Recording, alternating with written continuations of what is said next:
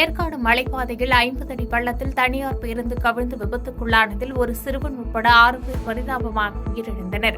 20க்கும் மேற்பட்டோர் படுகாயமடைந்த நிலையில் உயிரிழப்பு எண்ணிக்கை மேலும் உயரக்கூடும் என அஞ்சப்படுகிறது.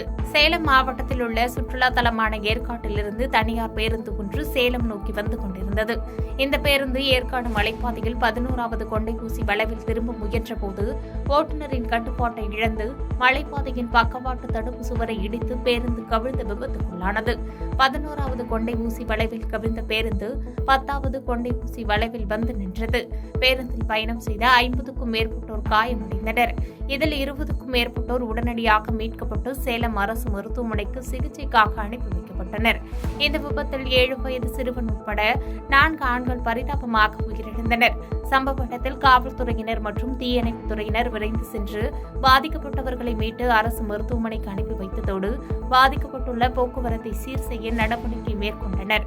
தனியார் பேருந்து கட்டுப்பாட்டை இழந்த விபத்துக்குள்ளான சம்பவம் குறித்து ஏற்காடு காவல்துறையினர் வழக்கு பதிவு செய்து விசாரணை மேற்கொண்டு வருகின்றனர். இந்த நிலையில் உயிரிழப்பு 6ஆக உயர்ந்துள்ளதாக தகவல் வெளியாகியுள்ளது.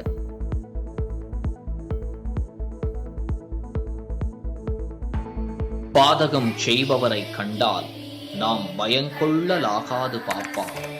மோதி மிதித்து விடு பாப்பா, அவர் முகத்தில் உமிழ்ந்து விடு பாப்பா. அண்மை செய்திகளை உடனுக்குடன் தெரிந்து கொள்ள இணைந்திருங்கள் இயம்நாடு தொலைக்காட்சியுடன்.